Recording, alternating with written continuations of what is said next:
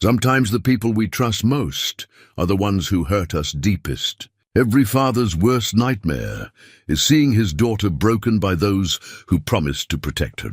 Clara thought marrying into the DeWitt family would give her a good life. Her pa, Jedediah Boone, was a mountain man who lived alone in the high country. When the DeWitts humiliated Clara in front of the whole town, they figured no one would stand up to them. But they didn't know about the old man in the mountains. Jedediah had his own way of handling things. When word reached him about what happened to his daughter, he came down from those peaks. But could one mountain man take on the most powerful family in the territory?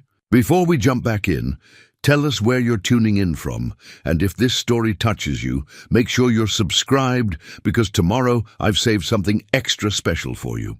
The town of Cold Creek stretched along the valley floor like a weathered ribbon, its dusty main street flanked by buildings that had seen 20 years of cattle drives and gold rushes come and go. At the western end, where the road curved toward the distant mountains, stood the DeWitt Mansion, a 2-story monument to wealth built from stolen land and broken promises. The white paint gleamed against the red clay tiles, but those who knew the family understood that underneath the polished exterior lay something rotten. Jedediah Boone's hunting knife rested on the mantel of his mountain cabin, its worn leather handle shaped by decades of honest work. The blade had skinned elk, carved shelter from pine, and settled disputes when words failed. Now it seemed to catch the firelight with particular intensity, as if sensing the storm brewing in the valley below.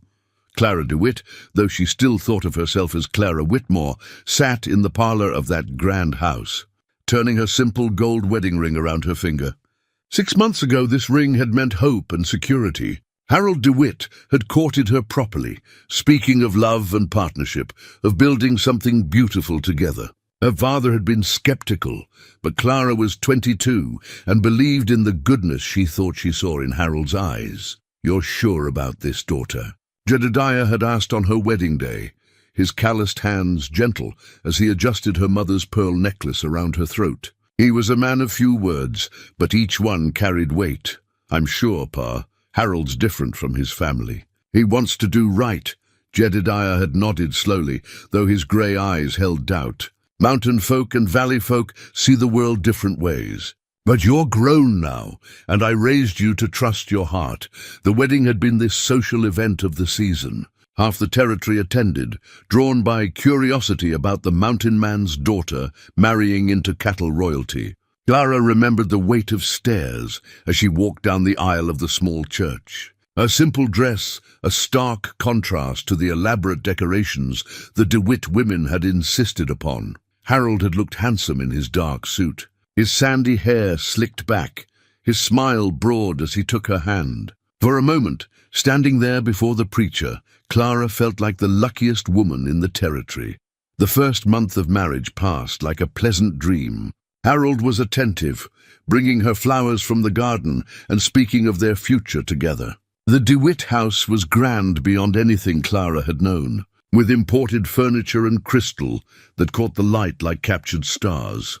Mrs. Elizabeth DeWitt, Harold's mother, maintained a cool politeness that Clara mistook for reserved acceptance, but even in those early days, there were signs. Harold would disappear for hours without explanation, returning with whiskey on his breath and shadows in his eyes. When Clara asked about his work with the cattle operation, he would deflect with jokes or sudden affection. The elder DeWitt, Cornelius, watched Clara with calculating eyes, as if measuring her worth against some unknown standard. "She's adequate," Clara overheard him tell his wife one evening.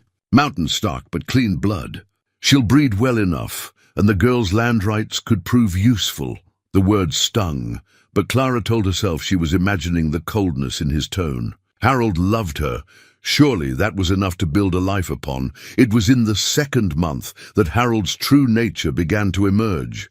The poker game started innocently enough, friendly gatherings with other young men from prominent families. But the stakes grew higher, and Harold's luck ran consistently poor. Clara first noticed when bills began arriving that Harold would quickly hide away. "Just business matters," he assured her when she expressed concern. Nothing for you to worry your pretty head about. Clara's spine stiffened at his tone. Her father had never spoken to her as if she were a child or a decoration. Jedediah had taught her to read and write, to track and hunt, to think for herself. But when she tried to discuss their finances, Harold's face would darken. "I'm the man in this house," he snapped one evening when she persisted. "My family has been running cattle and managing money since before your pa came down from whatever rock he crawled out from under." The words hit like a physical blow. Clara had grown up proud of her father's reputation, honest, capable, a man who kept his word and protected those who couldn't protect themselves.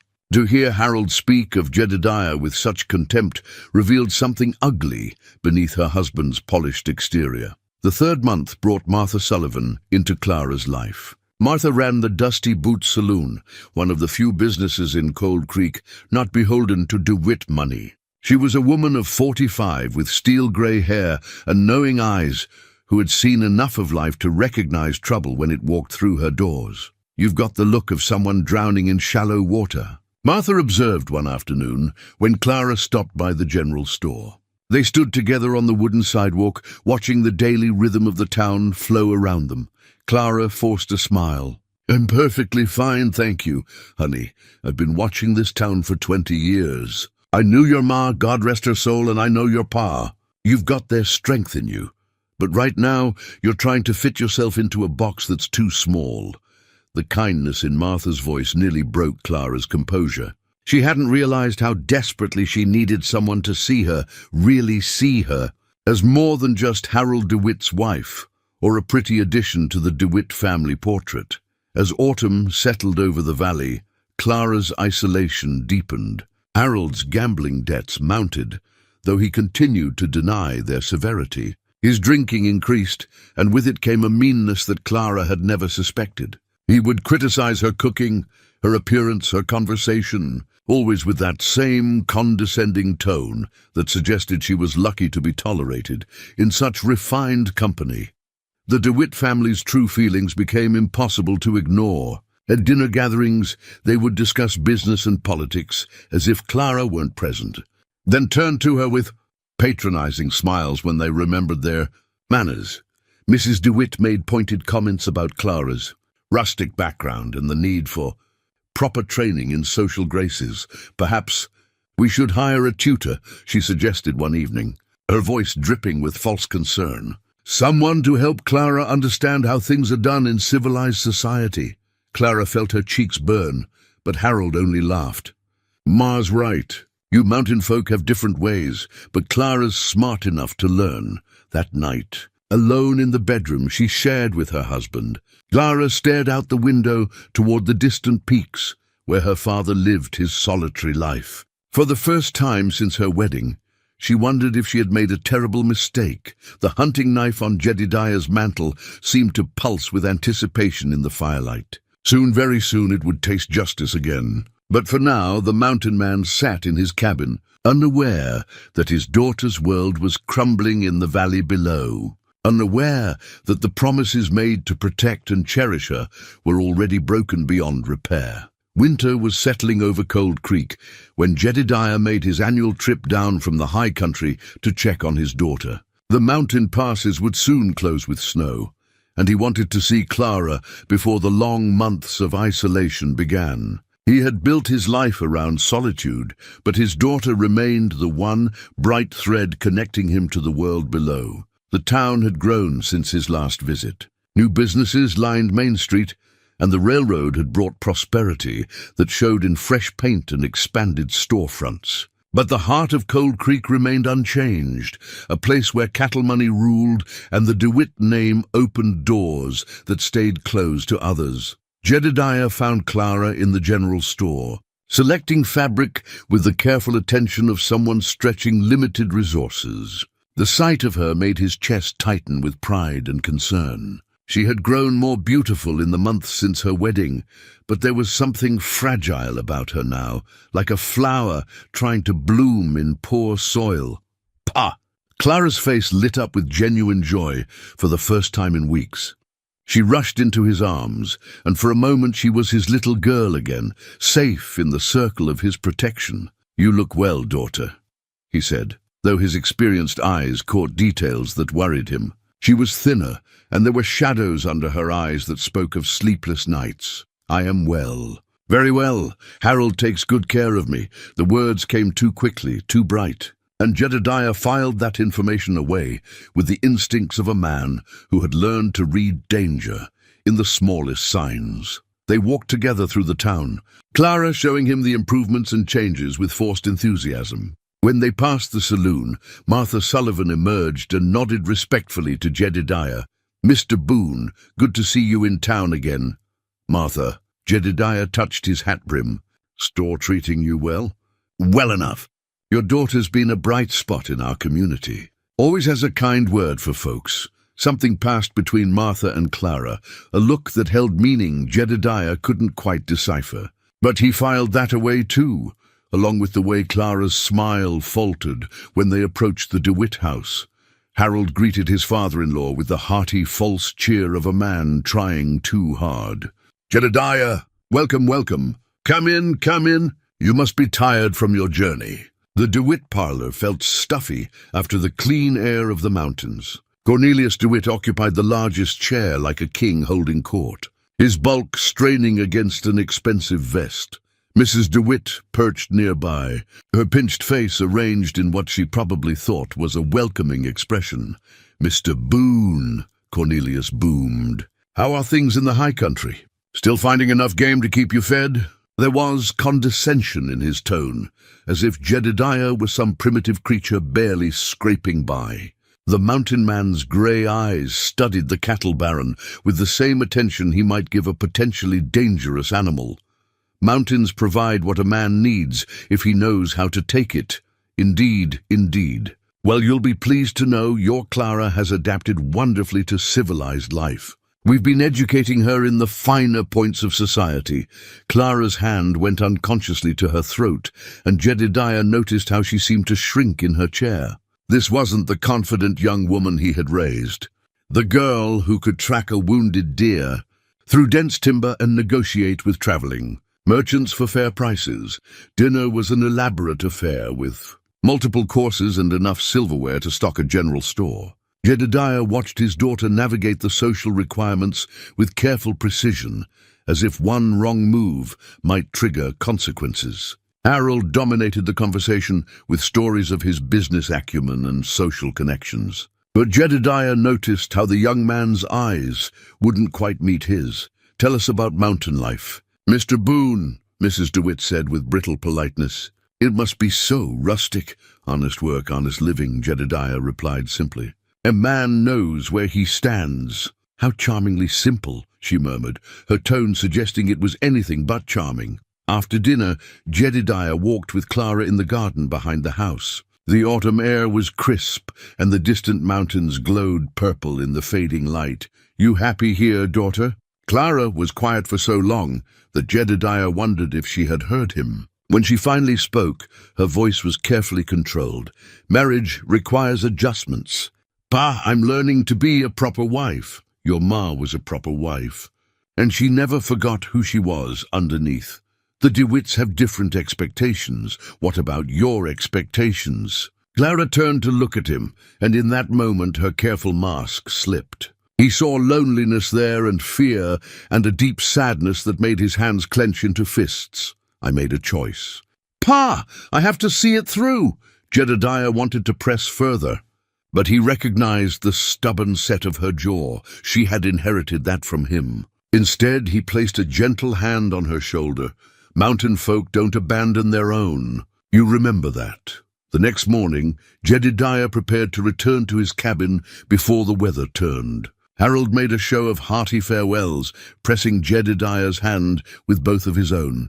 "Don't you worry about Clara, sir. She's in good hands." Something in the younger man's grip, too tight and held too long, sent warning signals through Jedediah's consciousness. He looked past Harold to where Clara stood in the doorway, her face composed but her eyes pleading. "I'll be seeing you come spring," he told her. his words carrying a promise that went beyond simple visitation. As Jedediah rode out of Cold Creek, he carried with him the image of his daughter standing in that doorway, trying to smile while her world slowly collapsed around her.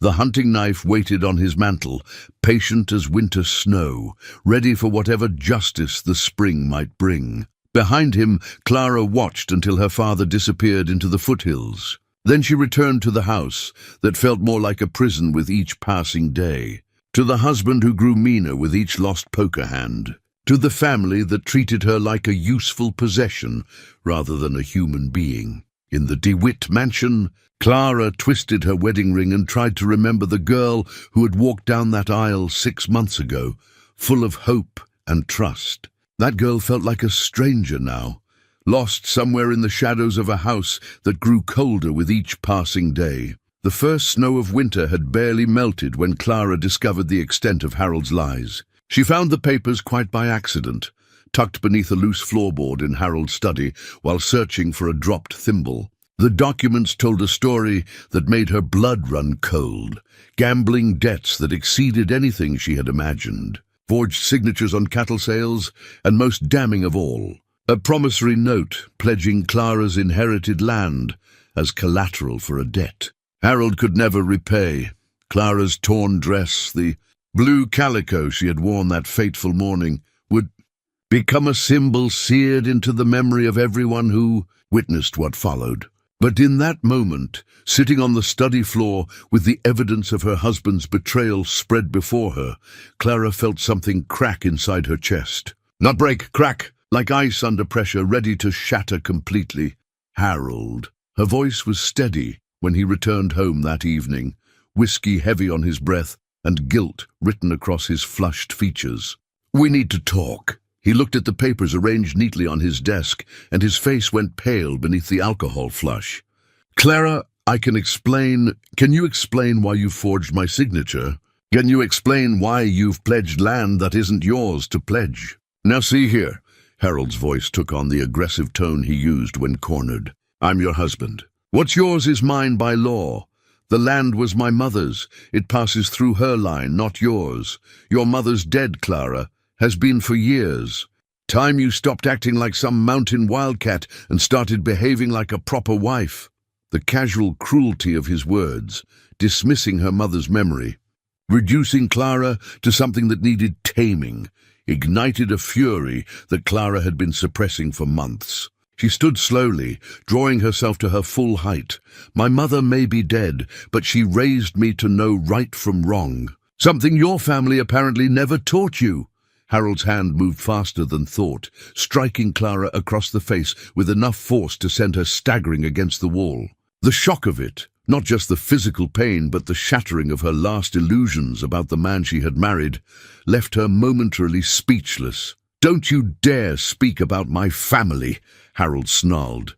"We've given you everything, a home, a name, a place in society. And this is how you repay us, by questioning my decisions like some common shrew." Clara touched her cheek, feeling the heat of the bruise already forming. In that moment, she made a choice that would change everything. Instead of cowering, instead of apologizing, she met Harold's eyes with steady determination. "I want those papers back. All of them. And I want the debt settled without using my land." Harold laughed, but there was no humor in it. You want? I'll tell you what you'll get, wife. You'll get whatever I decide to give you, and you'll be grateful for it." The next morning brought consequences Clara hadn't anticipated. Cornelius DeWitt arrived at the house with 2 of his ranch hands and a face like approaching thunder. Clara heard raised voices from the parlor and descended the stairs to find Harold pale and shaking, while his father paced like a caged bear. $20,000, Cornelius was saying. $20,000 you've lost at cards, and now Brennan's calling in the note. The bank won't extend the loan, and we're stretched thin from the railroad investment. I can fix this, Pa. I just need more time." "Time?" Cornelius's voice boomed through the house. "Time's what we don't have. Brennan wants his money or he wants the land. Those are the only choices." Clara stepped into the room, her chin raised despite the purple bruise on her cheek. "That land isn't Harold's to give. The temperature in the room seemed to drop 10 degrees. Cornelius turned his attention to Clara, and she saw something in his eyes that made her skin crawl, a calculation cold as winter morning. Well, well. The mountain girl has opinions about family business. It's not family business when it involves my inheritance. Mrs. DeWitt appeared in the doorway, drawn by the commotion. When she saw Clara's bruised face, her lips curved in what might have been satisfaction. "Perhaps," she said quietly. "It's time Clara learned her proper place in this household." What happened next would be talked about in Cold Creek for years to come. Cornelius nodded to his ranch hands, and they moved to flank Clara. Harold, showing the only courage he had displayed in months, stepped protectively in front of his wife. "Pa, no. We can handle this another way, can we?" Cornelius's voice was deadly quiet. "Because from where I stand, your wife seems to think she has some say in how this family conducts its affairs. Maybe the town needs to understand exactly what happens to people who forget their place." Clara understood then, with crystalline clarity, what they intended. The bruise on her face wasn't enough. They meant to break her publicly, to strip away not just her dignity but her very identity, to make her an example of what happened to those who dared challenge DeWitt authority. "You can't," she whispered. "Can't." Mrs. DeWitt's voice was silk over steel. "My dear, we own this town. We can do whatever we please." They dragged her to the town square, just as the morning market was getting underway. Harold followed, his face ashen, but he made no move to stop what was happening. Clara struggled, but the ranch hands were strong and practiced at handling unwilling creatures. A crowd gathered quickly. News of the commotion spread like wildfire through the small community. Clara saw familiar faces in the growing circle of spectators. Mrs. Henderson from the general store, young Tom Miller who worked at the livery, Martha Sullivan pushing through the crowd with alarm written across her features. "Citizens of Cold Creek," Cornelius announced, his voice carrying easily across the square. "You see before you an example of what happens when mountain blood forgets its proper place. This woman," he gestured dismissively at Clara, "has dared to question the business decisions of her betters. She needs to be reminded of the gratitude she owes to the family that lifted her from poverty." "This is wrong," Martha called out, but her voice was lost in the murmur of the crowd. What followed was worse than physical violence. They didn't beat Clara. That would have been crude. Instead, they stripped away her dignity piece by piece. They made her apologize publicly for her ingratitude. They forced her to her knees in the dirt of the town square, while Cornelius recounted her crimes against the family that had so generously taken her in. "Let this be a lesson," he declared, as Clara knelt there, her dress torn, her spirit seemingly broken. "The DeWitt family has provided order and prosperity to this town for 20 years. We will not tolerate challenges to that order from anyone, regardless of their station." The crowd dispersed slowly, some faces showing shame, others satisfaction. Clara remained on her knees in the dirt until only Martha was left, kneeling beside her with tears streaming down her weathered cheeks. "Child," Martha whispered, helping Clara to her feet. "Child, this isn't the end. You're stronger than they know." But Clara felt empty, hollowed out like a tree struck by lightning.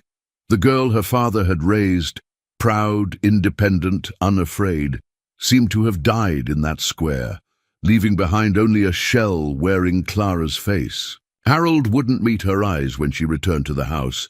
Mrs. DeWitt smiled with cold satisfaction, and Cornelius watched Clara with the pleased expression of a man who had successfully broken a spirited horse. They thought they had won. They thought the mountain girl had been properly tamed. They had no idea that word of what had happened was already spreading through the network of trappers and hunters that connected the valley to the high country. They didn't know that old. Pete Garrison had witnessed the whole shameful scene and was already planning his trip up to Jedediah Boone's cabin. The torn blue dress lay in a heap on Clara's bedroom floor, but the woman who had worn it was not destroyed. Cracked, yes. Bent, certainly, but not broken. Not yet. And in the high country, a hunting knife waited patiently on a mantle, ready to taste justice when the spring thaw came. Pete Garrison's horse picked its way carefully up the snow-covered trail, each step deliberate and measured. The old trapper had made this journey to Jedediah Boone's cabin many times over the years, but never with news like this weighing heavy in his chest. The leather tobacco pouch that Clara had made from her mother's sewing scraps bounced gently against his saddle horn, a gift he was returning to the man who would need its comfort in the dark hours ahead. Smoke rose straight as a prayer from Jedediah's chimney, grey against the white of fresh snow. The cabin sat in a clearing that commanded views of 3 valleys, positioned like a fortress where a man could see trouble coming from miles away. Pete had always admired Jedediah's choice of location. Defensible, private, but connected to the world below through game trails and old mining roads that most folks had forgotten. Jedediah emerged from the cabin before Pete reached the clearing, rifle cradled easily in his arms. The mountain man had heard the horse long before it came into view, had probably been tracking its progress for the better part of an hour. His grey eyes took in Pete's grim expression and the careful way the trapper held himself in the saddle. "Pete, coffee's hot." Jedediah. Pete dismounted slowly, his old bones protesting the cold. "Reckon I could use some." They settled inside the one-room cabin that had been Jedediah's home for 15 years. The space was Spartan but comfortable.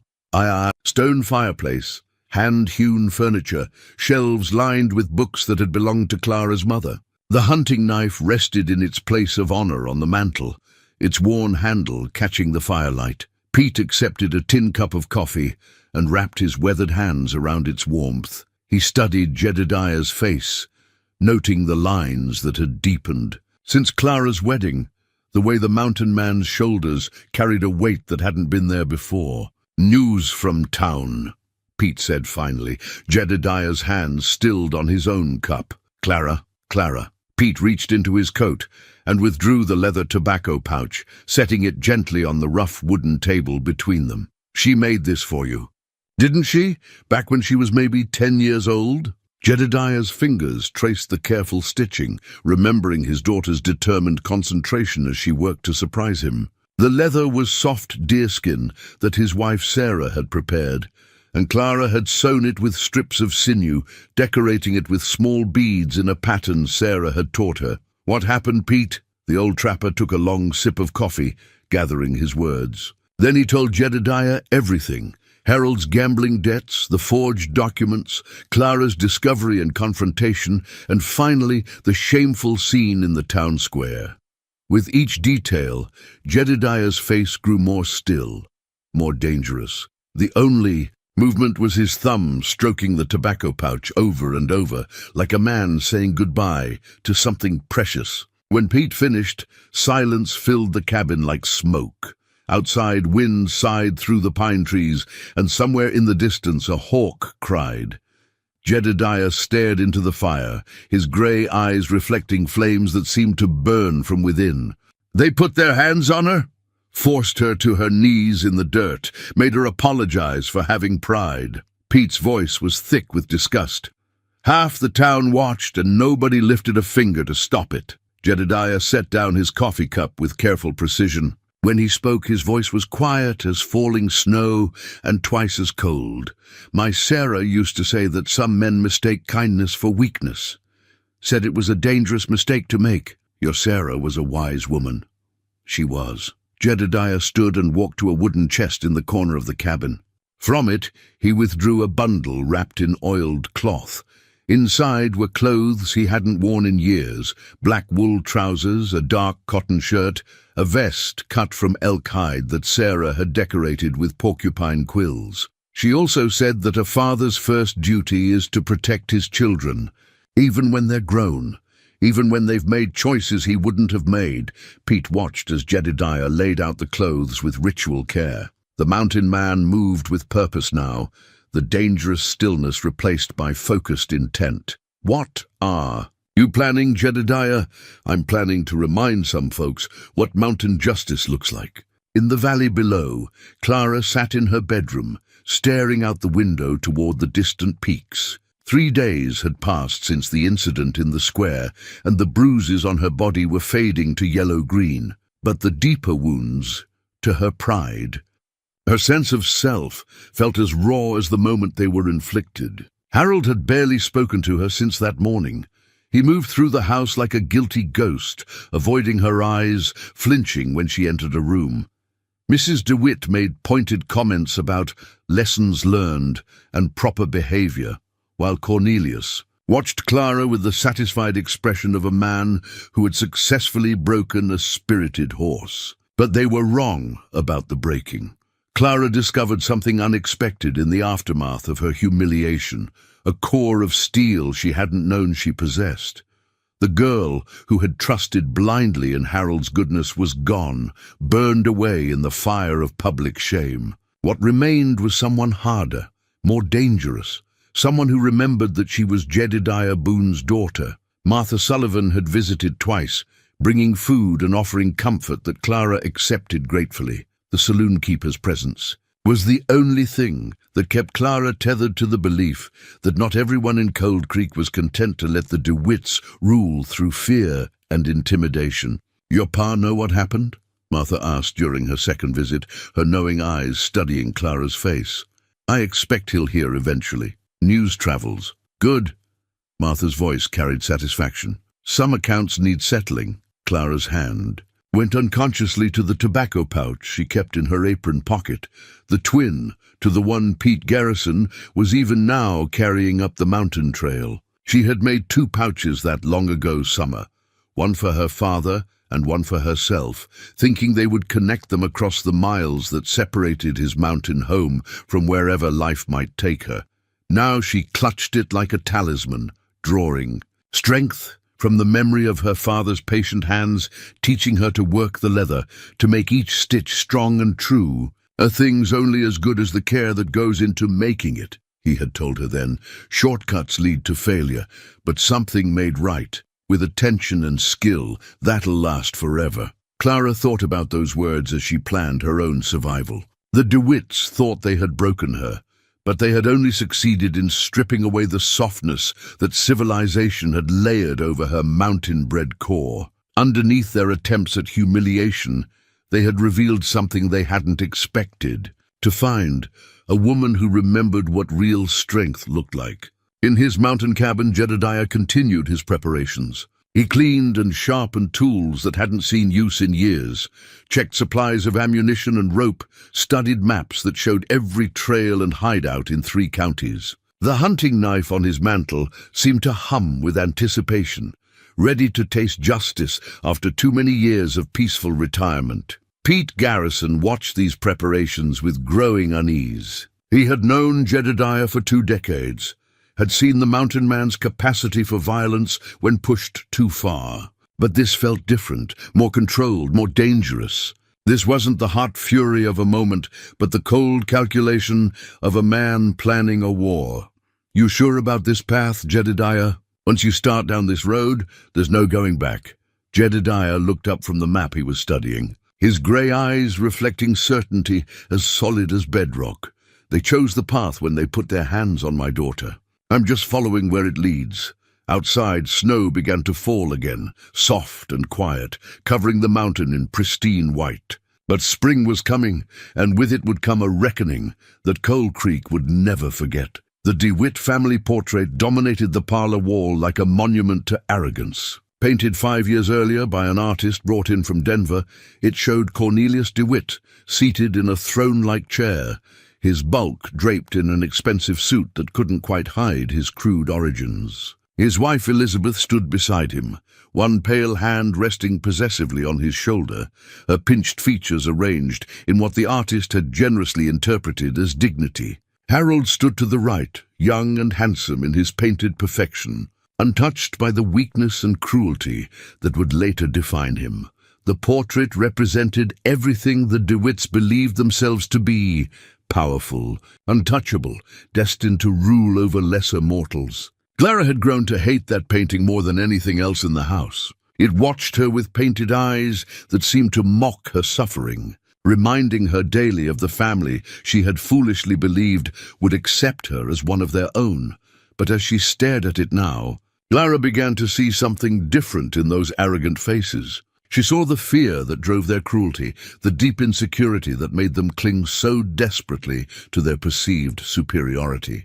The DeWitts weren't strong, they were brittle, held together by money and intimidation, vulnerable to anyone who refused to be intimidated. The revelation came to Clara as she dusted the portrait's ornate frame, a task Mrs. DeWitt had assigned to remind her of her proper place as little more than a servant.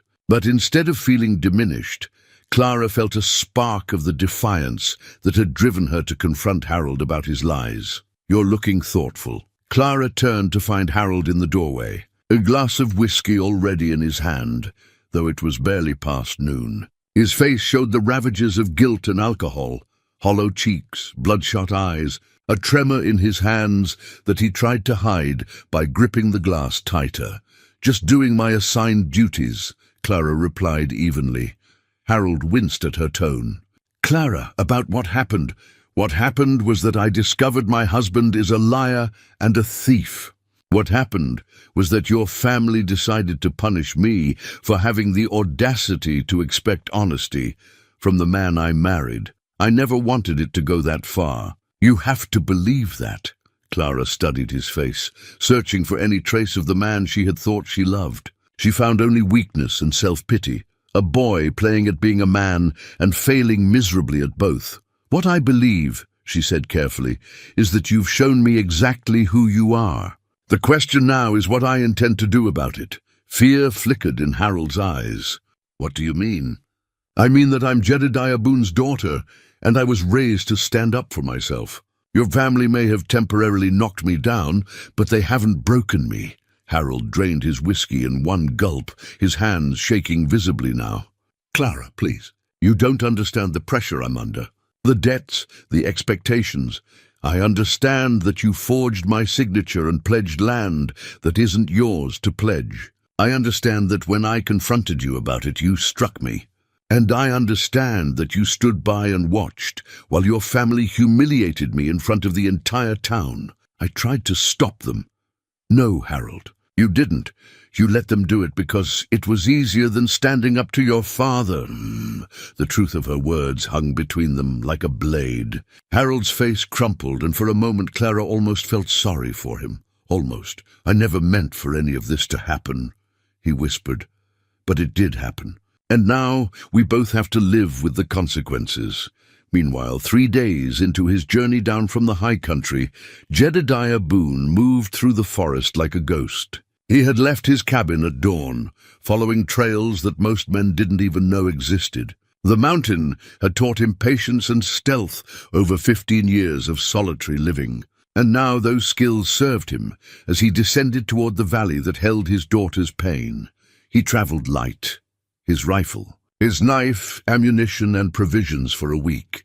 But the most important things he carried were memories. Clara as a child, fearless and laughing as he taught her to track deer through dense undergrowth. Clara at 16, defending a wounded bird against boys who wanted to torture it for sport. Clara on her wedding day, radiant with hope and trust that the world would treat her kindly. The DeWitts had shattered that trust, and for that, they would pay a price measured in their own coin: humiliation, fear, and the dawning understanding that their power had limits. As he made camp in a hidden valley, 2 days' ride from Cold Creek, Jedediah allowed himself to think about his wife Sarah for the first time in months. She had been the civilizing influence in his life, the one who convinced him that there were good people in the valley worth knowing. She had taught Clara to see the best in others, to trust and hope and believe in the essential goodness of humanity. "Maybe I failed her," he said aloud to the evening stars. "Maybe I should have taught Clara to be harder, more suspicious." But even as he spoke the words, he knew they were wrong. Sarah had been right to teach their daughter compassion and trust. The fault lay not with Clara's goodness, but with the evil that had chosen to exploit it. In town, Martha Sullivan closed her saloon and made her way through the quiet streets to the DeWitt mansion. She had been planning this visit for 3 days, working up the courage to face the family that held so much power over her business and livelihood. The house loomed before her, every window blazing with expensive light, every architectural detail designed to intimidate and impress. Martha had never set foot inside. She wasn't the sort of person the DeWitts associated with socially. But tonight, she knocked on the front door with the determination of a woman who had finally seen enough. A house servant answered, his face showing surprise at finding the saloon keeper on the DeWitt doorstep.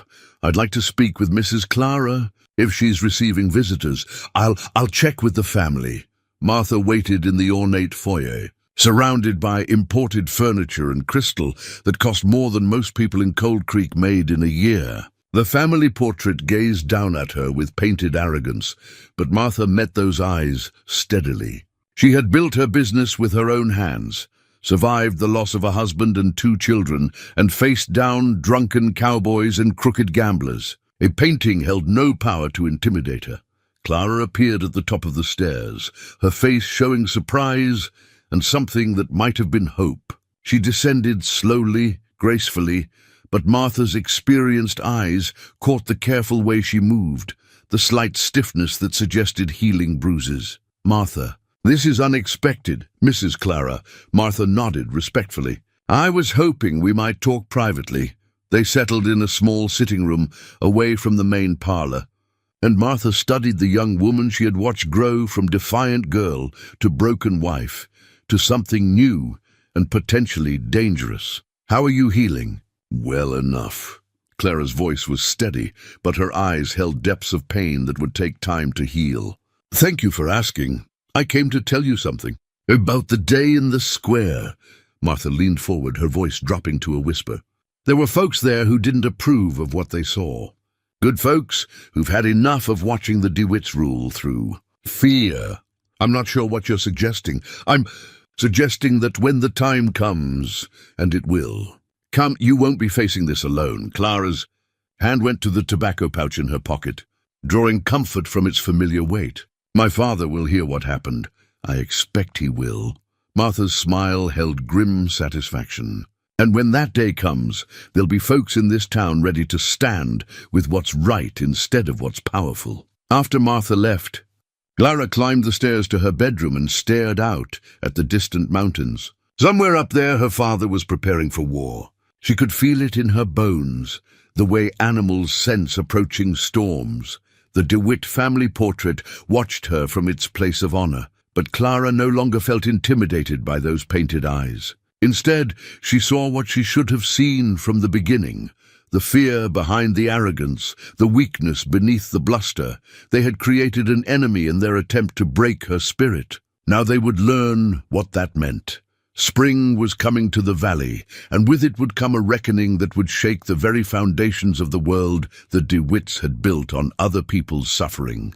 The old mining claims lay forgotten in a battered leather satchel beneath Jedediah's cabin floor, documents that most people assumed had been lost to time and weather decades ago. But Jedediah Boone was a methodical man who understood the value of paper trails and legal precedents. As he prepared for his descent into the valley, he studied those yellowed documents by lamplight, his weathered finger tracing boundaries and ownership records that told a story the DeWitts preferred to keep buried.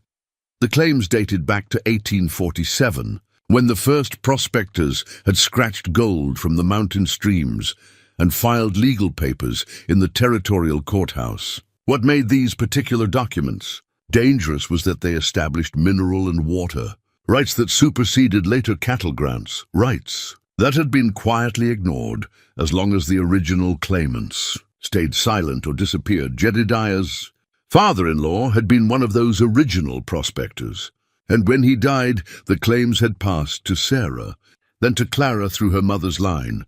The DeWitts had built their empire on land that, legally speaking, belonged to a mountain girl they had just publicly humiliated. Funny how the truth has a way of surfacing, Jedediah murmured to himself as he carefully folded the documents and placed them in an oiled pouch. Like bones after a hard winter, 2 valleys over, he could see smoke rising from the chimney of Jake Morrison's cabin. Jake was a former army scout who had settled in the mountains after losing his taste for civilization. He had served under Jedediah during their younger days, when both men wore different names and fought different wars. If Jedediah was planning what Jake suspected he was planning, the old scout would want to know about it. In Cold Creek, Clara was discovering that Martha Sullivan had been busy during the week since their private conversation. The saloon keeper had a network of relationships that extended throughout the community. Suppliers who delivered goods, cowboys who spent their wages on whiskey and conversation, traveling merchants who carried news between towns. Through these connections, Martha had been spreading a carefully crafted message. The DeWitts weren't as untouchable as they pretended to be. Mrs. Henderson stopped by this morning. Clara told Martha during one of their increasingly frequent conversations. They met now in the garden behind the general store, where they could speak privately without drawing attention from DeWitt eyes. She mentioned that several merchants are reconsidering their credit arrangements with Harold. Martha nodded with satisfaction. Word gets around that a man can't pay his gambling debts. Folks start wondering what other promises he might break. You're playing a dangerous game, child. I've been playing dangerous games since before you were born. The trick is knowing which risks are worth taking. Clara studied the older woman's face, seeing strength there that reminded her of her father. What exactly are you hoping to accomplish? I'm hoping to remind this town that the DeWitts put their pants on one leg at a time, same as everybody else. They've ruled through fear and intimidation for too long. Time folks remembered that power only works if people agree to be powerless. Meanwhile, Harold's business troubles were mounting with each passing day. The poker game that had started his downfall continued to haunt him as word spread through the gambling circuits that Harold DeWitt was a man who couldn't cover his losses. Creditors who had once treated him with deference now demanded immediate payment. Cattle buyers who had given him preferential terms began looking elsewhere for their stock. Cornelius DeWitt watched his son's struggles with growing frustration. The elder DeWitt had built his empire through careful calculation and ruthless determination, and he couldn't understand how Harold had managed to squander so much so quickly. 23 years, I've been grooming you to take over this operation. Cornelius thundered during one of their increasingly frequent confrontations. 23 years and this is what I get? A weak-willed fool who can't even control his own wife? I'm handling the situation, handling it. You've made us the laughingstock of 3 counties. That mountain girl publicly defied our family, and instead of breaking her properly, you let her bruises heal and her spirit recover. Now half the town thinks we're going soft. Harold reached for the bottle of whiskey that had become his constant companion, but his father's hand slammed down on the desk, making the glass jump. No more drinking during business hours. You want to drown your sorrows, you do it on your own time. Right now, we need to figure out how to salvage this mess you've created. What do you want me to do? The debts are real, and Brennan's not going to wait much longer for his money. Cornelius studied his son with calculating eyes. Maybe it's time we reminded the town what happens to people who cross the DeWitt family. Starting with that saloon keeper who's been filling Clara's head with dangerous ideas. The threat in his father's voice made Harold's blood run cold. Pa, Martha Sullivan's never done anything to us. She's giving comfort to our enemies. That makes her an enemy herself. As father and son plotted in their mansion, they remained unaware that Jedediah Boone had taken up residence in an abandoned mine shaft just 3 miles from town. The old workings provided perfect cover, close enough to observe the comings and goings in Cold Creek, but hidden enough that even experienced trackers would have difficulty finding him. Jake Morrison had joined him there, bringing supplies and intelligence gathered from his own network of mountain contacts. The 2 old soldiers worked together with the efficiency of men who had planned dangerous operations before. DeWitt's got 6 men on his regular payroll. Jake reported as they studied a hand-drawn map of the town, plus another dozen he can call on if trouble starts. But most of them are cowboys, not gunfighters. They'll fold fast if things get serious. What about law enforcement? Sheriff Bowman's in DeWitt's pocket, but he's not a fool. If legal documents surface that prove the DeWitts have been operating on stolen land, Bowman will have to act or face federal intervention. Jedediah nodded, his grey eyes studying the map with military precision. What about the town itself? How much support can we count on? That's harder to say. Martha Sullivan's been working the social angles, but fear runs deep. Most folks have too much to lose to openly challenge the DeWitts. Fear works both ways, Jedediah observed quietly. Right now, they're afraid of DeWitt money and influence. Time they became afraid of DeWitt vulnerability. That evening, Clara made a discovery that changed everything. While searching through Harold's desk for household money, he had become increasingly stingy about domestic expenses. As his debts mounted, she found a letter that made her hands shake with fury. The letter was from a lawyer in Denver, acknowledging receipt of documents related to Clara's incompetence hearing. Harold had been quietly building a legal case to have Clara declared mentally unfit, which would give him complete control over her inheritance. The betrayal cut deeper than his gambling or even his violence. This was calculated, premeditated theft disguised as legal procedure. Harold wasn't just stealing her land, he was trying to steal her very identity, her right to exist as an independent person. Clara sat in the study where she had first discovered Harold's lies, the letter trembling in her hands as rage built in her chest like a prairie fire. She thought about the girl who had walked down the church aisle 6 months ago, full of trust and hope. That girl would have been destroyed by this revelation, but the woman sitting in Harold's chair, surrounded by evidence of his treachery, was made of sterner stuff.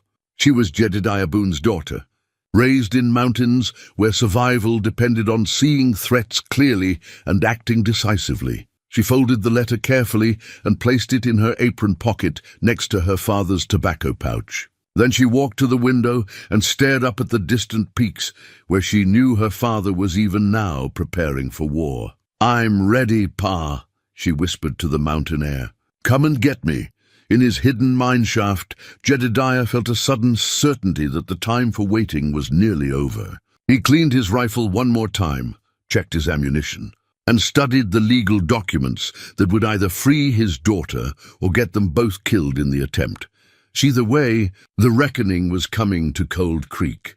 Clara's mother's Bible lay open on her lap, its worn pages soft as silk from years of handling. The pressed flowers between the pages, mountain laurel and Indian paintbrush from the high meadows of her childhood, released their faint fragrance as Clara turned each page. She had been reading the same passage over and over, drawing strength from words her mother had underlined in fading ink. "The Lord is my shepherd, I shall not want." Sarah Boone had pressed these flowers during Clara's 10th summer when they had spent 3 weeks in the high country while Jedediah worked a promising claim. Clara remembered her mother's patient hands, showing her which flowers would hold their color, which would crumble to dust. "Beauty should be preserved when we can manage it," Sarah had said. "Life has a way of taking lovely things from us if we're not careful to save them."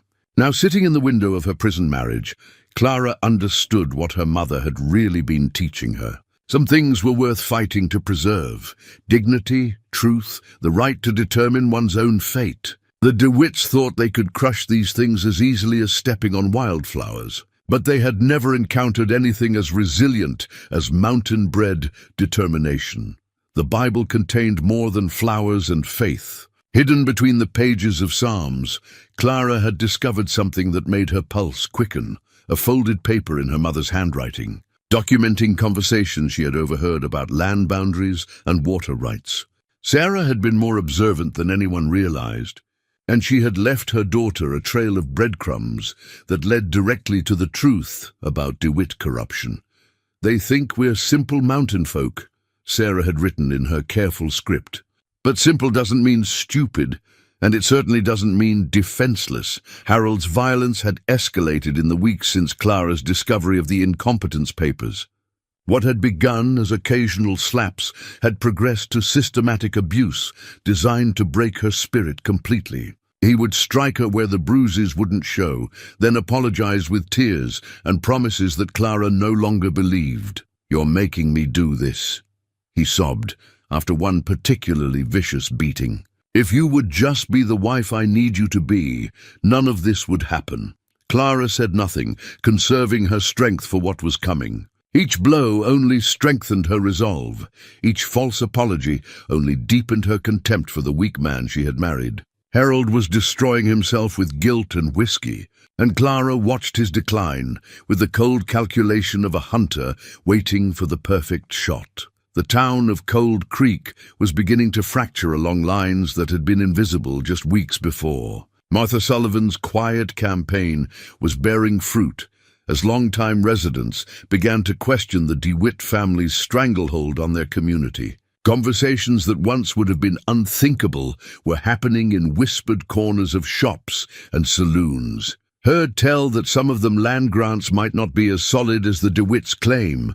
Old Pete mentioned to anyone who would listen. Heard tell there's documents somewhere that could upset a lot of apple carts. Sheriff Bowman found himself in an increasingly uncomfortable position. He owed his job to Cornelius DeWitt, but he also understood that federal authorities took a dim view of territorial officials who ignored legitimate legal challenges. If documents surfaced that proved fraud, Bowman would have to choose between his patron and his own survival. "Cornelius," he said during one of their private meetings, "there's talk going around town. People asking questions about old mining claims and such. Maybe it's time to review some of the paperwork, make sure everything's in order." Cornelius fixed the sheriff with a stare that had intimidated stronger men. "Everything is in order, Sheriff, and I'd hate to think that you're starting to doubt the word of the family that put you in office." But for the first time in their long relationship, Bowman didn't immediately back down. "I'm not doubting anything, Cornelius. I'm just saying that prevention is better than cure. If there are loose ends, better to tie them up before they become problems."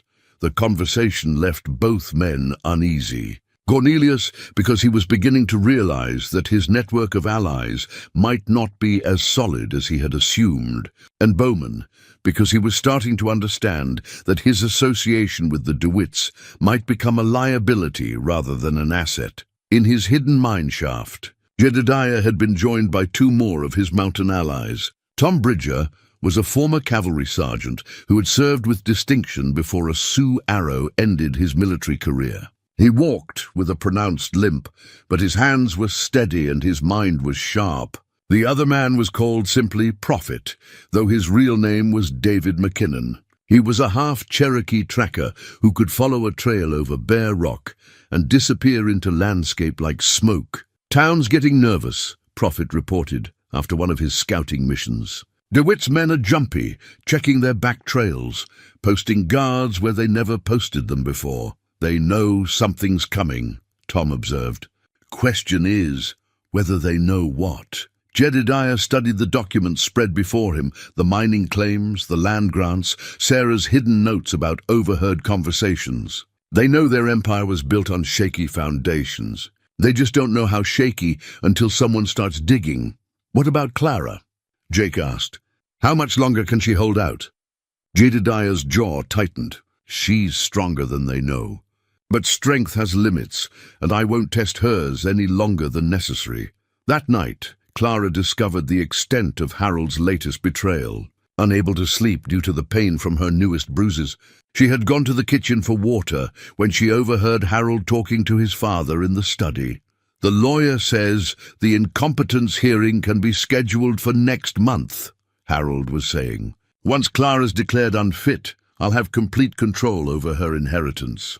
And you're certain she doesn't suspect?" "She's too broken to suspect anything."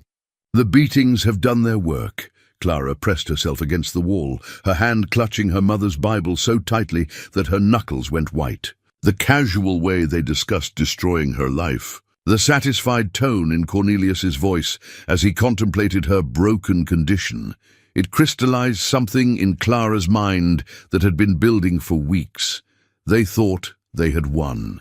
They thought the mountain girl had been properly tamed, reduced to a cowering victim who would accept whatever fate they imposed upon her. They had no idea that each blow, each humiliation, each casual cruelty had been forging something harder and more dangerous in the fire of her rage. Clara returned to her room and opened her mother's Bible to the pressed flowers. She selected a single bloom, mountain laurel, her mother's favorite, and placed it carefully in an envelope along with a brief note written in her mother's script. The time has come. The next morning, she gave the envelope to Martha Sullivan with specific instructions. Make sure this reaches Pete Garrison. Tell him it's from Sarah's daughter, and he'll know what to do. Martha's eyes widened as she read the note, understanding immediately what Clara was asking. Child, are you certain about this? Once this message is delivered, there's no going back. There was no going back the moment they put their hands on me, Clara replied. I'm ready for whatever comes next. In the high country, Jedediah felt the change in the wind that told him winter was finally loosening its grip on the mountains. Spring was coming to the valley, and with it would come a reckoning that would shake the very foundations of the world the DeWitts had built. The pressed flower in his daughter's message would tell him everything he needed to know. The mountain laurel bloomed only in the highest meadows, where the air was thin and the weather was harsh. It was a flower that survived where softer blooms could not. A flower that bent, but did not break before the strongest storms, just like his daughter. The surveyor's transit sat in the corner of Harold's study like an accusation waiting to be voiced. The brass instrument gleamed dully in the lamplight, its precision lenses and calibrated angles, a stark contrast to the chaos of Harold's life. Clara had noticed it weeks ago but thought little of it, just another expensive tool in a house full of expensive things. Now, as she studied the papers she had found hidden beneath its case, she understood that this innocent-looking device held the power to destroy everything the DeWitts had built.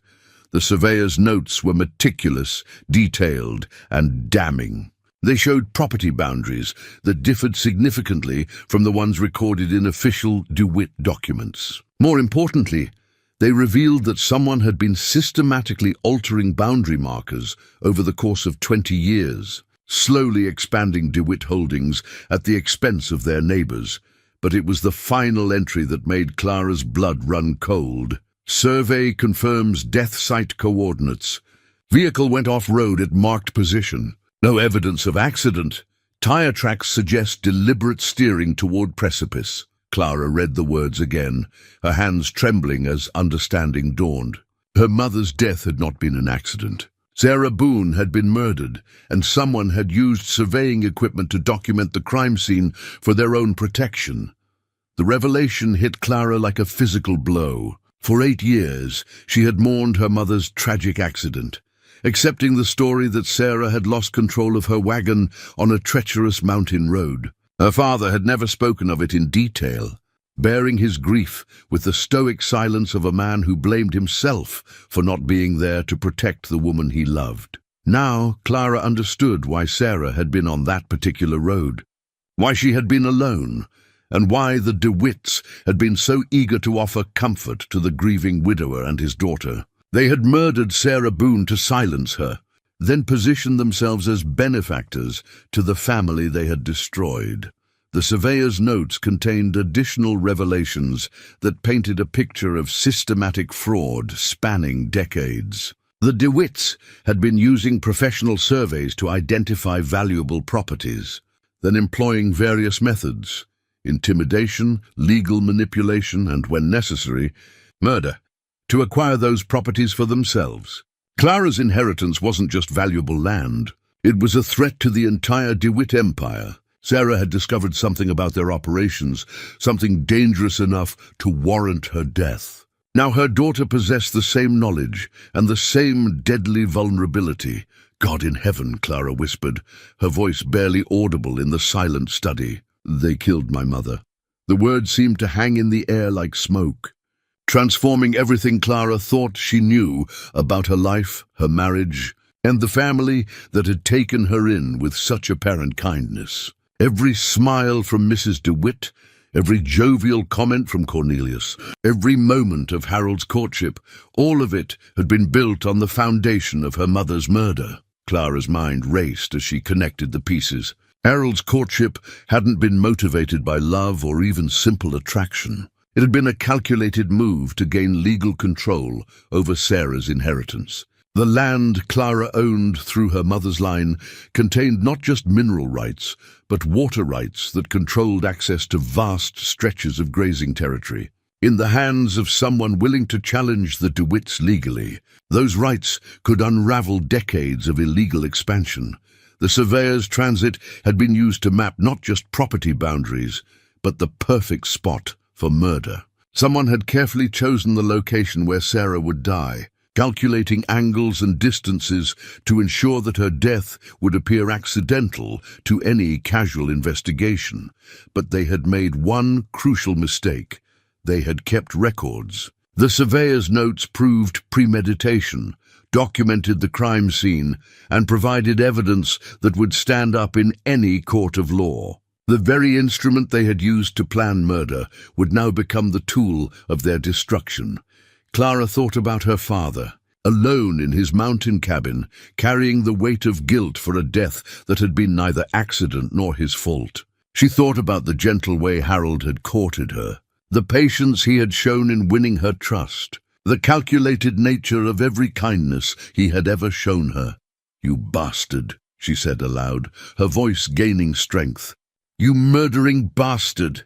The sound of footsteps in the hall sent Clara into frantic motion. She quickly gathered the surveyor's notes and hidden them in her bodice, then repositioned the transit exactly as she had found it. By the time Harold entered the study, she was calmly dusting the shelves as if nothing had happened. "What are you doing in here?" Harold's voice carried its usual edge of irritation and suspicion. "Mrs. DeWitt asked me to clean the study," Clara replied evenly. "I was just finishing." Harold studied her face, searching for signs of deception. But Clara had learned to school her features during months of abuse, and she met his gaze with the blank compliance he expected from her. "Well, finish quickly. Father wants to see you in the parlor." Clara's pulse quickened, but she nodded obediently. "Of course. I'll be right there." As Harold left, Clara allowed herself one quick glance at the surveyor's transit. The instrument that had mapped her mother's death would now chart the course of DeWitt destruction. Justice delayed was not justice denied, and Sarah Boone's murder would finally be avenged. The parlor felt different now that Clara understood the true nature of the people who inhabited it. Cornelius DeWitt sat in his usual chair like a bloated spider, while Mrs. DeWitt perched nearby with her perpetual expression of pinched disapproval. Harold stood by the fireplace, his hands shaking slightly as he poured himself another whiskey. "Clara," Cornelius began, his voice carrying false warmth, "we've been discussing your recent behavior, and we're concerned about your mental state." "My mental state." Clara kept her voice carefully neutral. "The incident in the town square, your continued defiance of Harold's authority, your apparent inability to accept your proper role in this family, all of these suggest that you may be suffering from some form of hysteria." Mrs. DeWitt leaned forward with mock concern. "It's nothing to be ashamed of, my dear. Many women of fragile constitution suffer from such conditions. Fortunately, there are treatments available." "Treatments?" "A period of rest and supervision," Cornelius explained. "Harold has consulted with medical authorities, and they agree that temporary commitment to a suitable facility might be beneficial." Clara felt the floor shift beneath her feet as she understood what they were proposing. The incompetence hearing was just the beginning. They intended to have her declared insane and locked away in an asylum where she could never challenge their control of her inheritance. "I see," Clara said quietly. "And if I were to refuse this treatment?" Cornelius's smile never wavered, but his eyes went cold as winter morning. "My dear, women in your condition rarely have the capacity to make such decisions for themselves. That's why loving families must sometimes make difficult choices on their behalf." The threat was clear: submit to being declared insane and locked away, or face whatever other measures they deemed necessary. Clara thought about the surveyor's notes hidden against her chest, about her mother's murder, about the years of calculated deception that had led to this moment. "I understand," she said, her voice barely above a whisper. "When would this treatment begin?" "The arrangements are already being made," Mrs. DeWitt said with satisfaction. "You'll be transferred to a facility in Denver next week. It's really for the best." Clara nodded slowly, playing the part of the broken woman they expected her to be. "May I have time to prepare myself, to make peace with this decision?" "Of course," Cornelius said magnanimously. "Take all the time you need. Harold will help you with any arrangements." As Clara left the parlor, she felt the weight of the surveyor's notes against her chest, like armor. They thought they had won, thought they had finally broken the mountain girl completely. They had no idea that they had just made the fatal mistake of revealing their hand to someone who now possessed the power to destroy them utterly. Tonight, she would find a way to get word to her father. The pressed flower had been a signal that she was ready.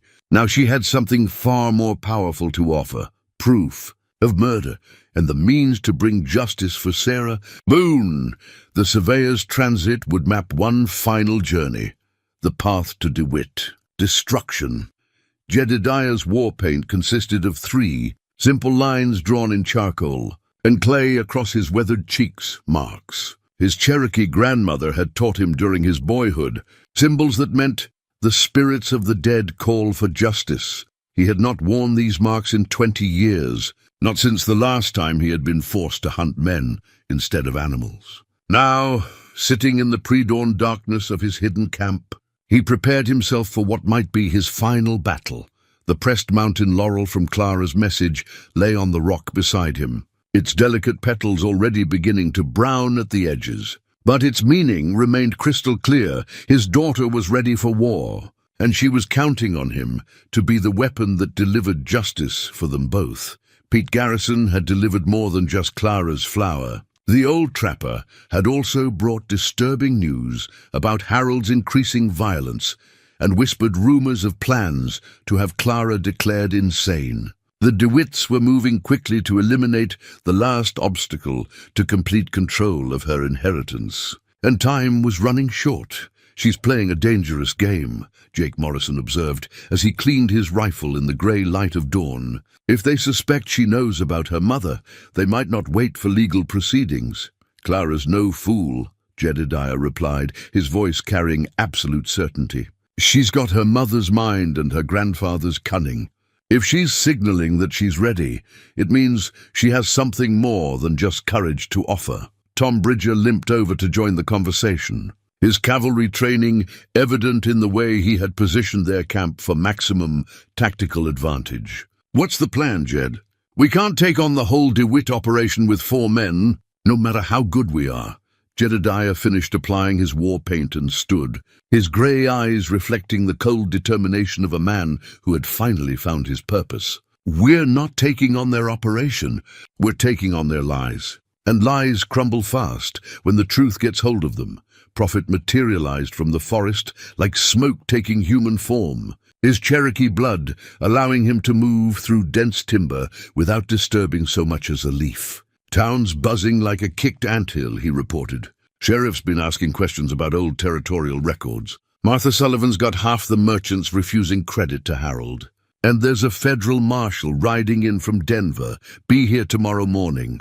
This last piece of information changed everything. Federal involvement meant that someone in authority had taken an interest in the situation, possibly triggered by the territorial governor's office or even Washington itself. The DeWitts' carefully constructed local empire was about to face scrutiny from forces they couldn't intimidate or bribe. "That settles it," Jedediah said grimly. "We move tonight." In the DeWitt mansion, Clara had spent the day in careful preparation for what she knew would be her last night in captivity. She had sewn the surveyor's notes into the lining of her father's old coat, the one garment Harold wouldn't think to examine, and had written a detailed account of everything she had discovered about her mother's murder. The account was hidden in her mother's Bible, pressed between the pages like another flower preserved for posterity. If something happened to Clara before she could deliver justice personally, the evidence would survive to tell the story of DeWitt crimes. Harold had been drinking steadily since noon, his guilt and fear driving him deeper into the bottle with each passing hour. Clara watched him with the detached interest of a naturalist observing a dying animal, noting the tremor in his hands, the way he flinched at unexpected sounds, the paranoid glances he cast toward windows and doorways. "The arrangements are finalized," he announced during their grim dinner, his words slightly slurred from whiskey.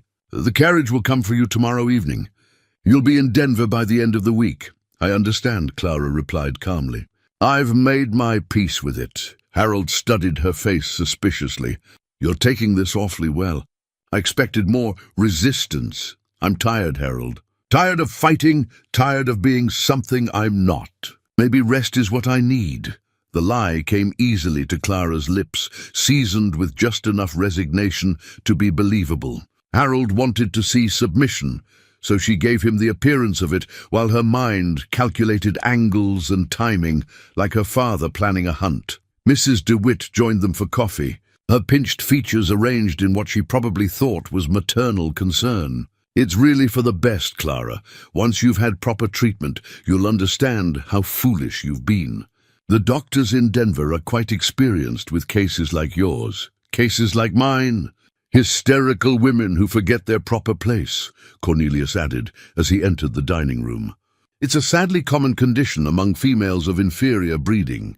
Mountain stock often lacks the refinement necessary for civilized society." Clara bit back the response that burned in her throat. Soon, very soon, this bloated monster would learn exactly what mountain stock was capable of when properly motivated. "I'd like to spend some time in prayer tonight," Clara said quietly, "to prepare myself spiritually for what's coming." "Of course," Mrs. DeWitt said with false sympathy. "Prayer is always appropriate for troubled souls." After dinner, Clara retreated to her room and waited. The household settled into its usual routine. Harold retreating to his study with another bottle, Mrs. DeWitt retiring early with her laudanum, Cornelius working late in his office. By midnight, the mansion was quiet, except for the occasional creak of settling timbers. Clara dressed carefully in her father's old coat and her sturdiest boots, then slipped out through the kitchen door into the garden. The night was clear and cold, with a quarter moon providing just enough light to navigate by. She made her way through the maze of imported shrubs and ornamental trees toward the back gate that led to the alley behind the mansion. Martha Sullivan was waiting there with a horse and provisions, her weathered face grim with determination. "You sure about this, child? Once you ride out of here, there's no pretending you don't know what you know." "I've been pretending for too long already," Clara replied, accepting the reins with steady hands. "It's time for truth. Your pa's been waiting for word from you. Pete says he's got allies in the hills, men who remember what real justice looks like." Clara mounted the horse with the easy grace of someone raised in the saddle. "Tell Pete to let my father know that I have proof of my mother's murder. Tell him the surveyor's transit in Harold's study contains the evidence we need to destroy them all." Martha's eyes widened as she understood the full implications of Clara's words. "Sweet Jesus, they killed Sarah. They killed her, and they've been planning to kill me too, just more slowly, by destroying my mind instead of my body." Clara gathered the reins, feeling the familiar comfort of a good horse beneath her. But they made one mistake. They kept records of their crimes, and now those records will be their downfall. As Clara rode into the darkness, heading for the rendezvous point where her father waited, she felt the weight of 8 years' worth of grief and rage settling into something harder and more focused. The frightened girl who had married Harold DeWitt was gone forever, burned away in the fire of terrible knowledge, what rode through. The night toward justice was something the DeWitts had never encountered before, a mountain woman who knew exactly how dangerous she could be when backed into a corner. In his hidden camp, Jedediah felt his daughter's approach before he saw her, the way a wolf senses the return of a pack member. When Clara emerged from the forest, her face painted with moonlight and determination, he saw Sarah's courage looking back at him through their daughter's eyes.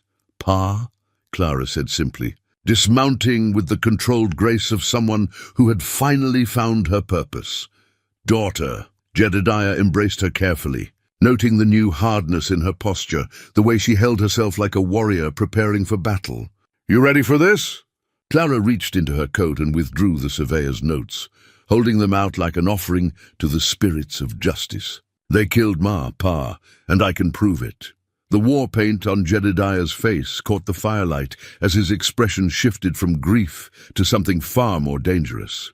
Then it's time the DeWitts learned what mountain justice looks like. Dawn was still hours away, but the reckoning had already begun. The town bell had not rung at dawn for 20 years, not since the Indian raids that had once threatened Cold Creek's existence. When its bronze voice shattered the morning silence, every soul in the valley knew that something momentous was about to unfold. The bell's deep, resonant tone carried across the sleeping town like a summons to judgment, rousing people from their beds and drawing them inexorably toward the main street. Martha Sullivan had climbed the bell tower in the pre-dawn darkness, waiting for Jedediah's signal from the hills above town. When she saw the flash of reflected sunlight from his mirror, the old army code for commence operation, she grasped the rope and began to ring the changes that would awaken Cold Creek to its day of reckoning. Jedediah Boone rode down Main Street like an Old Testament prophet bringing divine wrath to Sodom. His war paint gleamed in the morning sun, 3 stark lines that transformed his weathered face into something primal and terrifying. Behind him rode Jake Morrison, Tom Bridger, and Prophet, their faces grim with purpose. But it was Clara who drew the most attention, riding at her father's right hand, her chin raised in defiance, her mother's coat flowing behind her like a banner of war. The crowd gathered quickly, drawn by curiosity and the compelling power of the bell's summons. Shopkeepers emerged from their stores, cowboys from the saloons, families from their homes. They lined the boardwalks and filled the street, creating a natural amphitheater with the DeWitt mansion as its focal point. Sheriff Bowman appeared first among the officials, his hand resting nervously on his gun butt as he took in the scene. Behind him came his deputy, young Bill Henderson, whose face showed more excitement than fear. Both men understood that whatever was about to happen would define their careers and possibly their lives. "Jedediah Boone," Sheriff Bowman called out, his voice carefully controlled. "What's the meaning of this disturbance?" Jedediah's gray eyes fixed on the sheriff with the intensity of a hunting hawk. "Come to collect what's owed, Sheriff. Come to settle accounts that have been outstanding too long. This is highly irregular. If you have grievances, they should be addressed through proper legal channels." Legal channels. Clara's voice cut through the morning air like a blade. "The way legal channels protected my mother? The way they protected me?" A murmur ran through the crowd as people began to understand that this wasn't just about Clara's public humiliation. The way she spoke of her mother, Sarah Boone, had been dead for 8 years, suggested something far more serious. The DeWitt family emerged from their mansion like actors taking the stage for a final performance. Cornelius led the way, his bulk imposing in an expensive suit, his face arranged in an expression of outraged dignity. Mrs. DeWitt followed, clutching Harold's arm as if she could hold her crumbling world together through sheer will. Harold himself looked like a man walking to his own execution, his face pale and his hands shaking visibly. "This is an outrage," Cornelius boomed, his voice carrying easily across the silent crowd. "Sheriff, I demand you arrest these people for disturbing the peace and threatening lawful citizens." Threatening. Jedediah's voice was quiet, but it carried the promise of violence like thunder before a storm. "Haven't threatened anybody yet, DeWitt? But the day's young." Clara dismounted with fluid grace, her movements deliberate and controlled. She reached into her coat and withdrew the surveyor's notes, holding them high where everyone could see. "Citizens of Cold Creek," she called out, her voice strong and clear. "You see before you evidence of murder. Evidence that my mother, Sarah Boone, was not killed in an accident 8 years ago, but was murdered by the DeWitt family to silence her knowledge of their crimes." The crowd's murmur became a roar of shock and disbelief. Several people pushed closer, trying to see the papers Clara held. Others backed away, suddenly understanding that they were witnessing something that could get them killed. "That's preposterous," Mrs. DeWitt shrieked. her carefully maintained composure cracking like ice in spring. Sarah Boone died in a tragic accident. Everyone knows that. Everyone knows what you wanted them to know, Clara replied. But the truth has a way of surfacing, like bones after a hard winter. Harold tried to speak, but his voice cracked on the first word. He cleared his throat and tried again. Clara, you're not well. The doctors have explained your condition, my condition. Clara's laugh was bitter as winter wind. My condition is that I discovered the truth about the man I married. The truth about the family that killed my mother and then welcomed me into their home like loving relatives. She began to read from the surveyor's notes, her voice carrying clearly across the hushed crowd. The technical language of the documents became poetry in her hands, a damning verse that painted a picture of systematic fraud, deliberate murder, and calculated deception spanning decades. Survey confirms death site coordinates, she read. Vehicle went off-road at marked position. No evidence of accident. Tire tracks suggest deliberate steering toward precipice. The silence that followed was complete, broken only by the sound of wind through the trees and the distant crying of a hawk. Every person in that crowd understood what they had just heard. Not just an accusation, but documented proof of premeditated murder. Cornelius DeWitt's face had gone from red to purple, to an alarming shade of grey. When he spoke, his voice shook with rage and something that might have been fear. These are forgeries, lies concocted by a disturbed woman seeking attention. Sheriff, I demand you arrest this woman for slander and disturbing the peace. But Sheriff Bowman was studying the papers Clara held, his experienced eye noting details that suggested authenticity, the type of paper used by territorial surveyors, the official seals, the technical precision of the language. More importantly, he was remembering questions that had nagged at him for 8 years about Sarah Boone's death. Inconsistencies he had chosen to ignore because challenging the DeWitts seemed unwise. These documents, he said slowly. Where did you find them? In my husband's study, Clara replied, hidden beneath his surveyor's transit. The same instrument that was used to map my mother's murder. Harold made a sound that was half sob, half moan. His father turned on him with volcanic fury. Say nothing, you fool! Not one word. But Harold was past caring about his father's anger. The guilt that had been eating at him for months finally broke through his defenses like water through a crumbling dam. I never wanted her to die, he whispered, his voice barely audible. I just wanted the land rights. But she wouldn't listen, wouldn't stop asking questions about the boundary markers. Harold! Mrs. DeWitt's voice cracked like a whip. Be silent. But Harold was beyond stopping now. The words poured out of him like poison from a lanced wound, each confession making him seem smaller and more wretched. She found the altered surveys. She knew about the water rights, the mineral claims. She was going to expose everything, ruin the family. Father said we had to stop her, but I thought he meant legal action, bribery, something civilized, Harold, by God. If you say another word, Cornelius started forward, his hands reaching for his son's throat. That was when Jedediah moved. The mountain man flowed from his saddle like smoke, his hand closing around Cornelius DeWitt's wrist with crushing force. The two men stood locked together for a moment, and everyone watching understood that they were seeing the collision of two different worlds, the soft corruption of valley wealth and the hard justice of mountain honor. 8 years, Jedediah said quietly, his war paint making him look like an avenging spirit. 8 years I've blamed myself for not being there to protect her. 8 years of guilt that should have been yours. Cornelius tried to break free, but Jedediah's grip was inexorable. You're insane, Boone, just like your daughter. This whole family is touched. Maybe we are, Jedediah replied. But crazy or not, we remember what justice looks like. The crowd pressed closer, sensing that the moment of final revelation was at hand. Clara stood at the center of it all, her mother's coat billowing around her. The surveyor's notes clutched in her hand like a weapon, forged from truth itself. The bronze bell continued to ring, its voice carrying across the valley like a summons to judgment that no one, guilty or innocent, could ignore. The bear claw necklace around Jedediah's throat caught the morning sunlight like captured fire, each ancient trophy gleaming with the memory of battles fought and won in the high country.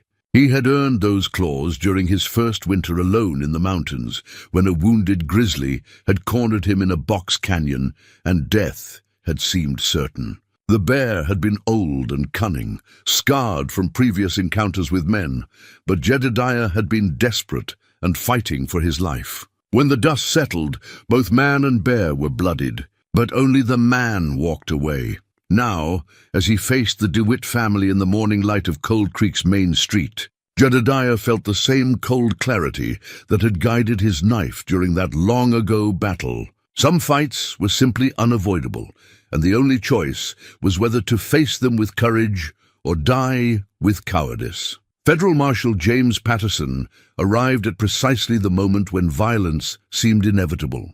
His timing was perfect, close enough to witness the confessions and confrontations, but not so early as to interfere with the natural course of justice. Patterson was a lean man with intelligent eyes, who had earned his reputation by understanding when to intervene and when to let events unfold. "Gentlemen," he called out, his voice carrying the authority of federal law. "Ladies, I believe there are some questions that need answering about territorial land grants and mineral rights in this district."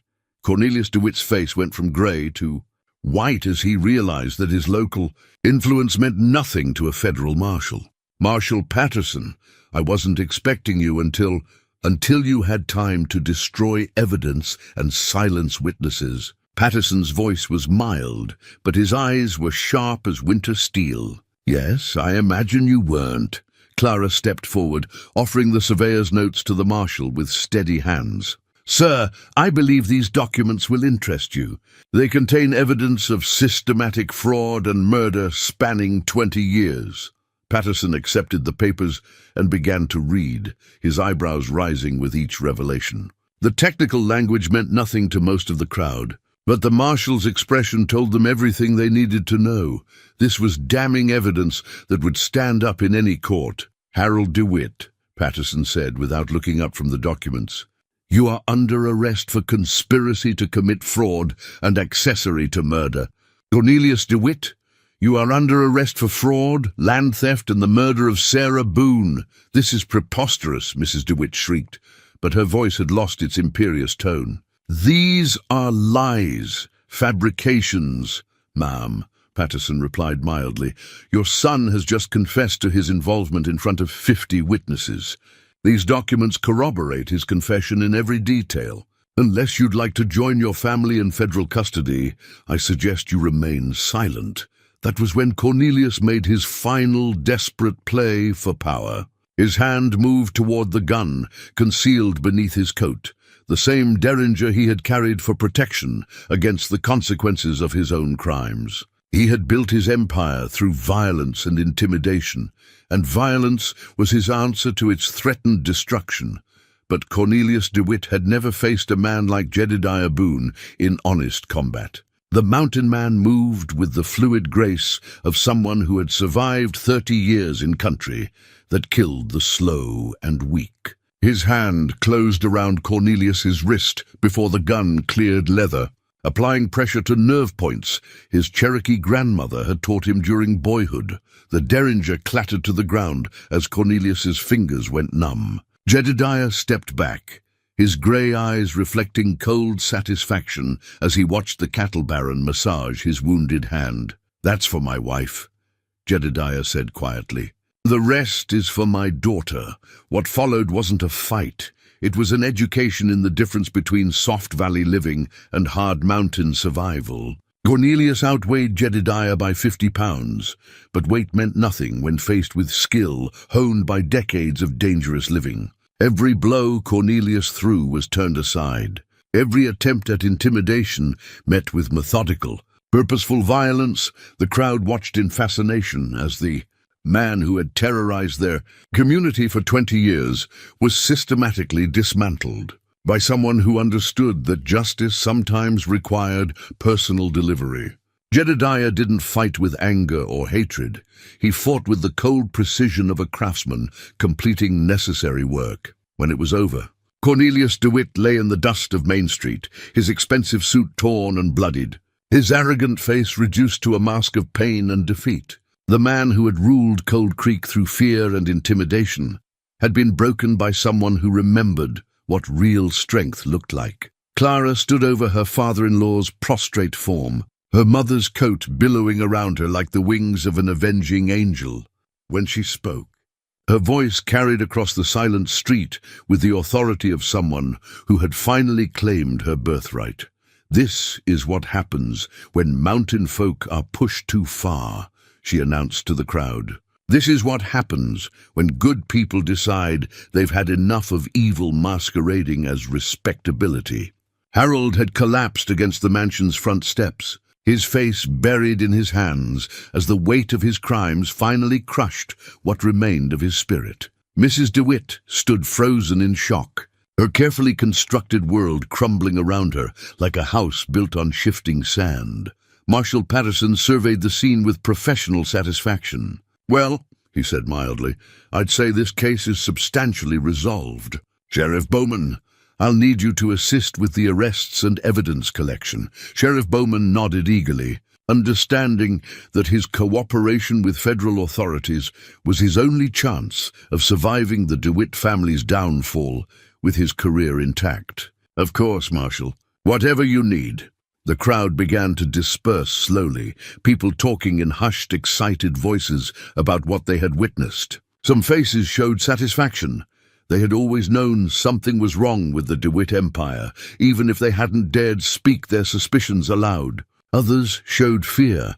They had profited from association with the family and wondered what consequences might follow.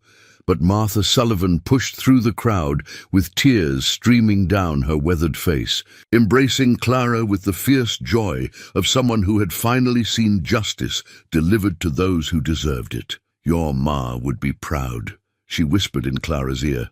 "She would be so proud of the woman you've become."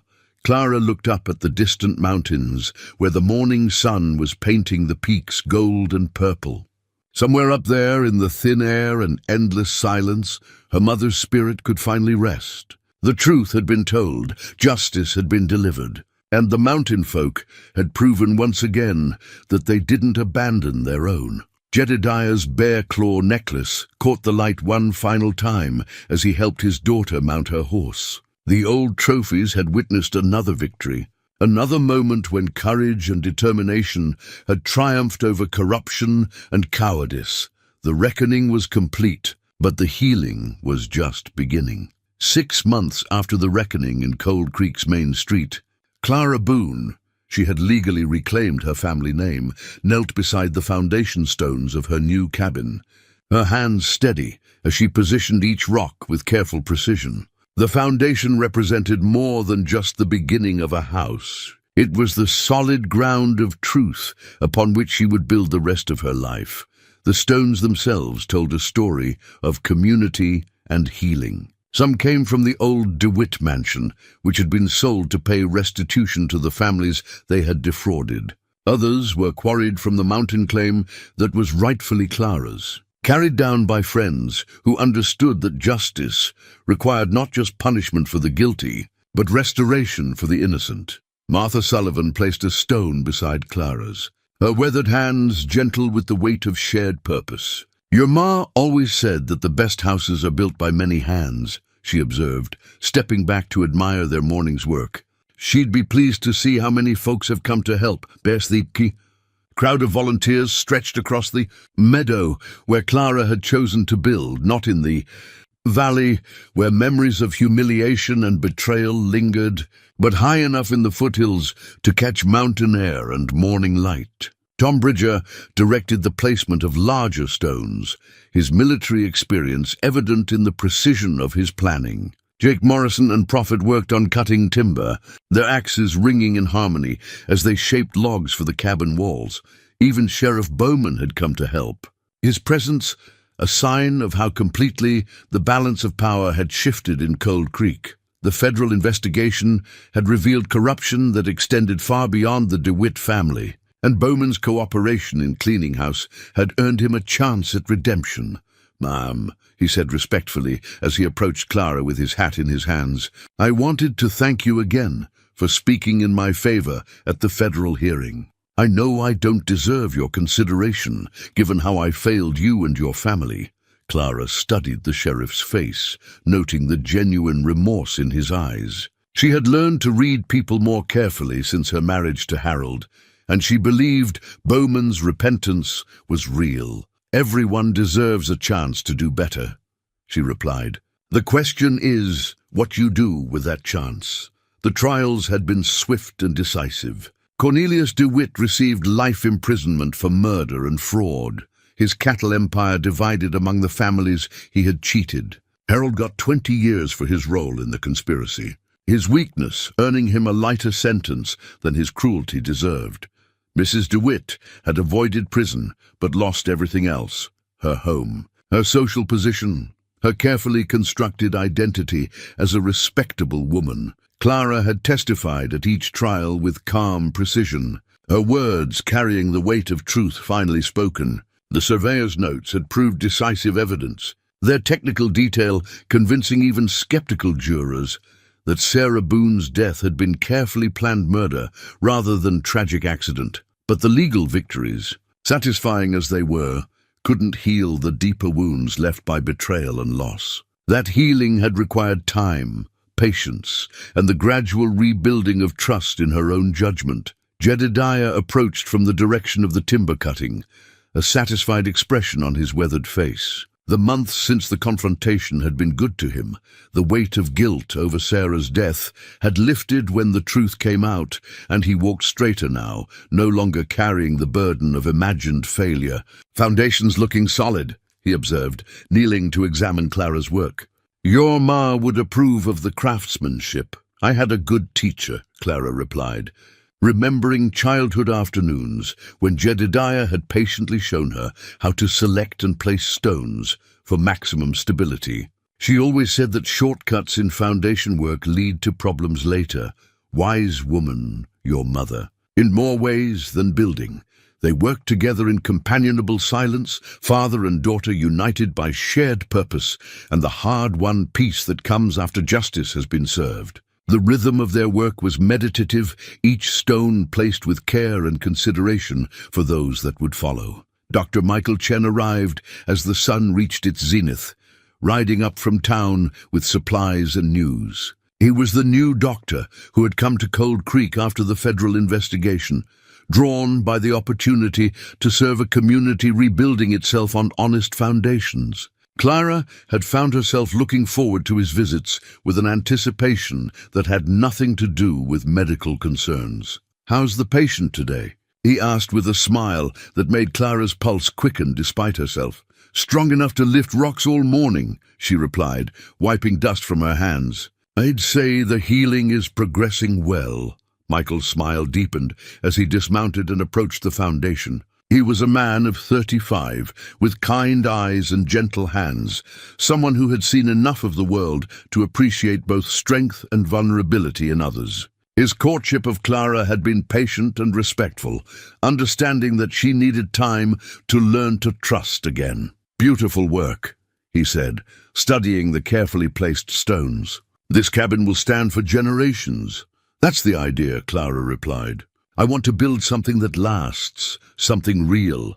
As the day progressed, the foundation took shape under many willing hands. Each stone represented not just physical construction, but the rebuilding of a community that had learned to value truth over convenience, justice over prosperity. The workers paused frequently to share stories and laughter, their voices carrying across the meadow like birdsong after a storm. When evening approached and the last stone was set, Clara stood back to survey what they had accomplished. The foundation was complete, solid, level, ready to support whatever dreams she chose to build upon it. Tomorrow would bring the raising of walls, the setting of windows, the careful work of creating a home from raw materials and honest labor. But tonight was for reflection and gratitude. As the volunteers gathered around Martha's cooking fire to share a meal of venison stew and fresh bread, Clara felt a contentment that had nothing to do with revenge, satisfied, or justice delivered. This was deeper, the peace that comes from finally knowing who you are and where you belong. Jedediah sat beside her on a fallen log, his eyes reflecting firelight and something that might have been pride. "You thinking about staying in the valley permanently?" he asked. Clara considered the question carefully. The high country called to her, promising solitude and the kind of peace that came from living close to the elements. But the valley offered community, the chance to build something larger than herself, the opportunity to ensure that what had happened to her family never happened to others. "I think so," she said finally. "Ma always said that mountains are good for thinking, but valleys are where you put thoughts into action." "Your ma was right about most things," Jedediah agreed, "including the importance of good neighbors." He nodded toward Michael, who was helping Martha clean the cooking pots with the unself-conscious competence of a man comfortable with honest work. "That one seems like he might make a decent addition to the family, when you're ready for such considerations." Clara felt heat rise in her cheeks, but she didn't deny the attraction. "Maybe, when I'm ready. No rush," Jedediah said gently. "You've got all the time in the world to decide what comes next." As the fire burned down to glowing coals and the volunteers prepared to return to their own homes, Clara walked to the edge of her property and looked out over the valley where her new life was taking shape. The lights of Cold Creek twinkled below like earthbound stars, each one representing a family, a story, a chance at something better. The foundation stones gleamed in the moonlight, solid and sure beneath her feet. Tomorrow would bring new challenges, new choices, new opportunities to prove that mountain folk didn't just survive, they thrived, building lives of purpose and meaning from the solid ground of truth and the patient work of many hands. Clara Boone stood on the threshold of her future, no longer the broken girl who had been publicly humiliated in a dusty town square, but a woman who had claimed her inheritance not just in land and mineral rights, but in the knowledge of who she was and what she was capable of achieving. The mountain wind carried the scent of pine and possibility, and Clara breathed deeply, ready for whatever tomorrow might bring.